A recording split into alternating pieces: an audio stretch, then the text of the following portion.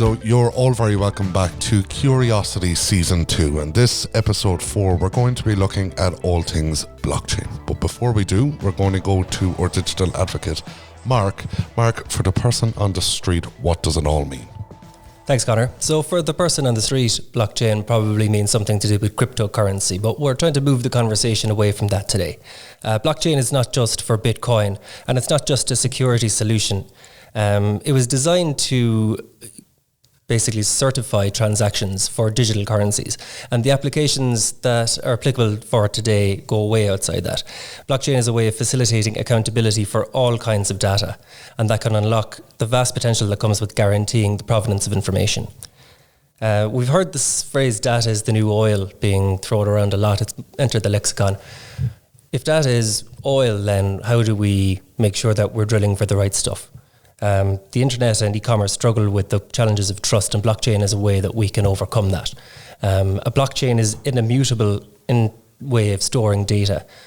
You distribute the information amongst many stakeholders, and because each new block of information is placed on the old block, all of the data there is totally verifiable. So it's a way of facilitating trust and accountability for all kinds of digital transactions. Fantastic, Mark. Thank you very much. And for this episode, I am joined by Vladimiro Nabarro, who is CEO of Fenwig, who develop new blockchain payment solutions on blockchain technology, digital payment solutions on blockchain technology, streamlining payment processes. Vladimiro, you're very welcome. Thank you for joining us. Thank you. So do you want to give us some background to your business and why you use blockchain as an organization? Yes, of course. So we are a startup company that has developed a collaborative platform based on blockchain technology for payment processes. We are a team of experienced people coming from the industry of providing software solutions for financing institutions in order to improve their back office processes. And we identified blockchain as a technology that can make more than just an improvement of the processes as they are, but making a digital transformation of them. And we built a platform to transform the payment processes. In that platform, we connect all the players involved in the process, from the payers, the beneficiaries, the financial entities, and eventually third parties that certify achievement of milestones or agreements. And with that platform, where we provide this end-to-end security and reliability to all the parties involved in the transaction, it guarantees that everybody follows the rules without the need of a central point of control, that the information is accurate, and it's available in real time. This helps to simplify the administrative tasks that used to be around the payment process, enhance security, reducing risk and fraud, and improves liquidity and working capital for corporates, as it makes it easier for financial institutions to provide credit. And here, blockchain is the technology that allows us to build a decentralized process without the need of a central authority or a trusted third party to provide all the features that I have been mentioning. So if we think from a government agency or service provider perspective, blockchain, is it something that I suppose that industry in particular is adopting quickly from a security perspective, or is there still a fear as it being a very new technology? Well, blockchain is a new technology, and of course it has a curve of adoption. There have been many proof of concepts running, but in the last year we are starting to see real projects working on blockchain, and especially because of the security that it provides, that the process is going to be running as it is intended, that the information that it is stored is immutable, and also it can transform many processes where you need somebody in the central point that provides that kind of trustability to the process. So government agencies are starting to use blockchain to change the way they are doing it. For example, in Spain, the purchasing process, which is something that governments have to to run in a transparent way and assure that it is neutral. Blockchain helps them to provide that transparency to the process and more confidence to all the participants, for example. Fantastic. So would you like to give us an understanding of your typical customers on a day-to-day basis? Are they coming from one particular sector, or do you very much have, I suppose, across many sectors, customers who would work with you daily? So from the beginning, our main sector is the financing sector. So our main customers are banks, because banks are providing services to their customers, which are, in our case, corporates, to help them to improve their payment processes. So let's say we start with the financing sector, working with banks, but then at the end, the users of our platform are the corporates that are performing their payment processes on top of the platform. To give you an example, what we help corporates and banks is to replace traditional payment processes that they are using today that imply the need to send documents or information and checks and those things with a digital process where you can place the order, you can check that everything is okay, accept it from the other side, and then the financial entity can provide credit to both the payer or the beneficiary, as the information is reliable from the very beginning and is available in real time. And it would be fair to say, and particularly as Mark said in the introduction, that blockchain has a tendency to be very strongly associated with financial services or the financial industry itself. But we know that it can have multiple uses within an organization. Why do you think it's so strongly associated with financial services? And can we start seeing beyond that to adopt it in our day-to-day operations within organizations? Well, maybe because blockchain at the very beginning was a technology that supporting Bitcoin, which was intended to be for an alternative to, let's say, legacy financing money and the way it is managed in the financing sector. So blockchain at the very beginning was mainly a way to build a new. I don't like to say money, because money is something very specific, which is and that's why we talk about cryptocurrencies, which is not exactly money, but it works like the money. You can interchange value between different participants. But the tricky thing is that you do not need a bank or a financial institution that provides trustability on the transaction itself. Mm-hmm. So, and as it demonstrated, it works. The financing sector was very interested in getting that knowledge and that technology inside their processes, as it has shown its benefits.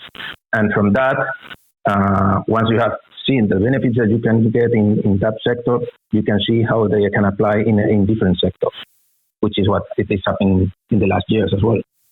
Excellent. So if we think from our own personal data perspective, and if we look at some of the very large technology companies where we are exchanging our data for the use of digital services, could blockchain give us greater control of our own data and how they are utilizing it?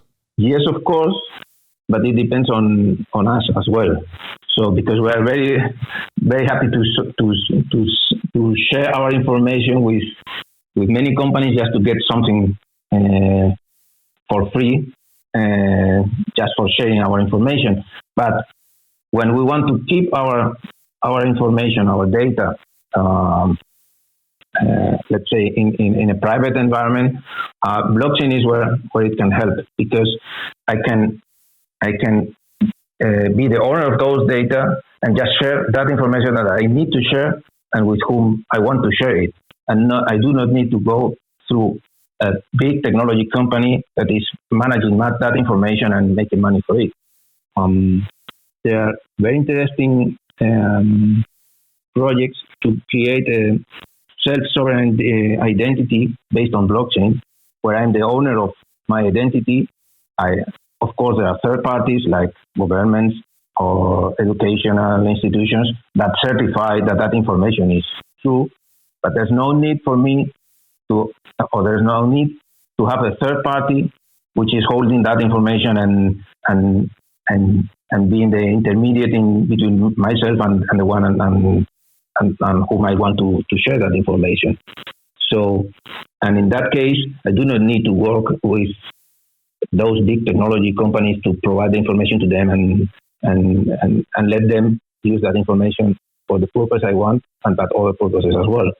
If I can, I suppose, bring the conversation to a point where if we look in particular at today's climate, and as we're doing this podcast at the moment, the world is facing a crisis, a health crisis, with something called COVID-19, which we are all very unfamiliar with. It's a virus that's very new and we know very little about. If we look at the likes of blockchain as a technology, do you think, as somebody who's very familiar in this area of blockchain, do you think there's a way that we can utilize the technology to better understand and to safeguard ourselves against something like COVID-19 or newer diseases which are arising? Good question, because COVID is for sure now the trending topic. Yes.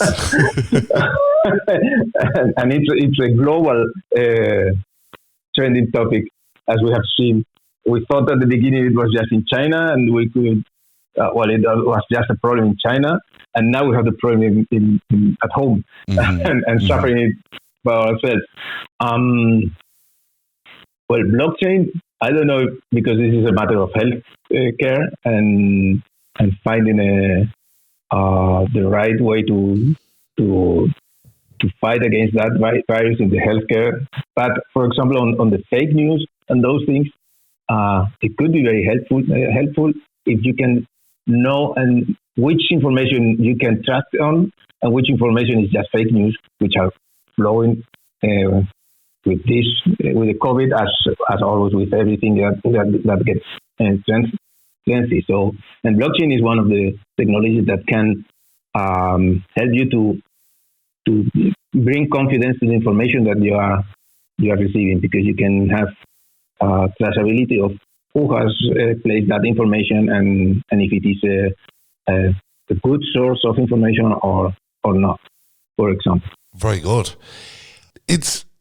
I keep looking at Vladimiro and keep thinking this is a very, very new technology. It's a technology pillar we're becoming more familiar about, and we see a greater interest on a day-to-day basis. You're somebody who leads up a company specialized within this technology pillar.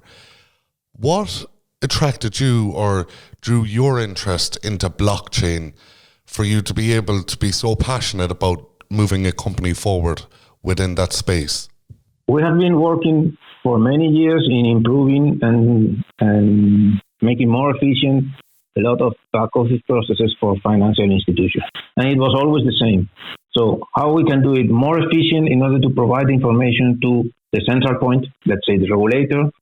But at the end, it was always the same model. So I have a bank, I send information to that bank, the bank processes information, send it to the regulator, and then back to the other banks, and it goes one way back and forth. And the customers of the banks are providing the information to the bank and trust the bank because it's, let's say, the one that is providing me the information, and I trust it.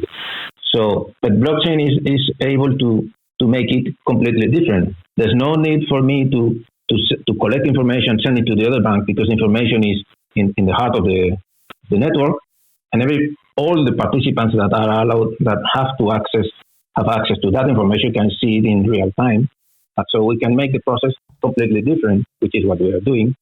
But we are not working against the banks or the system as it works, like the cryptocurrencies were trying at the beginning to do, which were replacing the model as it is, but transforming the processes to improve the efficiency of the system as it is. So it's not a matter of not trusting the bank, but it's a matter of not needing to send information to the bank and wait for the bank to process it and then send me back a confirmation. But having all the players in the process working together in a collaborative way. So, and that's something that, let's say, other technologies doesn't allow you to do it, and which is what blockchain is doing also in other sectors, which is transforming the way you are doing things, changing the rules. So it's very much allowing organizations to move the mindset from working harder to actually working smarter. That's it, exactly. And that the information itself is valuable and you can trust it as it is, and not because it is held by somebody that is providing you the confidence that it is the right information, because it is. You can always hack that organization, company, and replace information or the identity.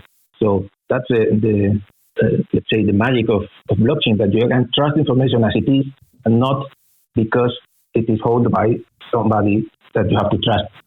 So, Vladimiro, as somebody who is, I suppose, an early adopter, naturally with your business within this technology pillar, from a visionary perspective or looking forward over the next 5 years, do you see any big evolution within blockchain, or how do you see organizations will start to adopt that technology pillar more within their day-to-day operations? In a 5 years scenario, I see that blockchain will be regulated, not in the sense that somebody is going to say how blockchain has to look like, but, for example, how blockchain has to be managed, the governance of a blockchain infrastructure, in order to assure that the implementation and deployment is following the governance that has been defined, which is something that is being worked by the regulatory bodies. I see self-sovereign identity on blockchain. For most of the people, they are not going to know that the blockchain is being used. They are going to have new services which are going to work because blockchain is behind that. So you are going to be able to have pure information, and you do not need to have somebody to store your information or to provide the confidence on that information. You yourself can have that information and share it whenever you want. Like, for example, medical information, which you usually have a copy of it, but it's a doctor, the one that is holding it. Now you can be the owner of that information and share that information with whatever you want. And many processes where you are now working with somebody in the middle, you are going to be able to do it directly with confidence in many different areas. And do you think that will be the result of the establishment of something like a code of conduct? You had mentioned about regulatory bodies, and we know that the lack of a code of conduct is a massive issue for Sheila Warren, who is head of blockchain, digital currency and data policy at the World Economic Forum. So if we're talking medical and financial and control, but also transfer of data, that code of conduct will be essential. Would that be fair to say? Yeah. So, for example, in Europe, they have deployed a European blockchain network in order to set up processes across Europe, which will provide a code of conduct for certain use cases. Like, for example, if I'm a student in Spain, I study in a university, and then I want to go to, let's say, France and make a master or or a degree. I do not need to bring my qualifications in the university, which I could make a fraud on them. So I will have on a European blockchain network my records of my studies, so I can share them with other universities in other countries, or even with companies that to show my experience or education. So, and this is one of the examples of building a code of conduct for certain use cases, which is led by regulatory bodies in this case. And this is going to improve what we are doing now in proof of concept to become real projects for all the people. Very interesting. So by the sounds of things, your futuristic view almost brings us to a point where passports are almost an outdated product, and we will all be going by a blockchain form of a mechanism. So that's fantastic. Vladimiro, it has been extremely interesting to get your viewpoint. I've really, really appreciated it and taken a lot from it. So I would really like to take this opportunity to thank you for joining us for today's episode. And for giving us your insights in terms of the industry, and more importantly, some background information on your company, Finweg. So thank you very much for joining us. Thank you to you. And that's it from us for today, folks. To Mark, our digital advocate, and Owen on sound, thank you all very much, and we look forward to you joining us for episode 5.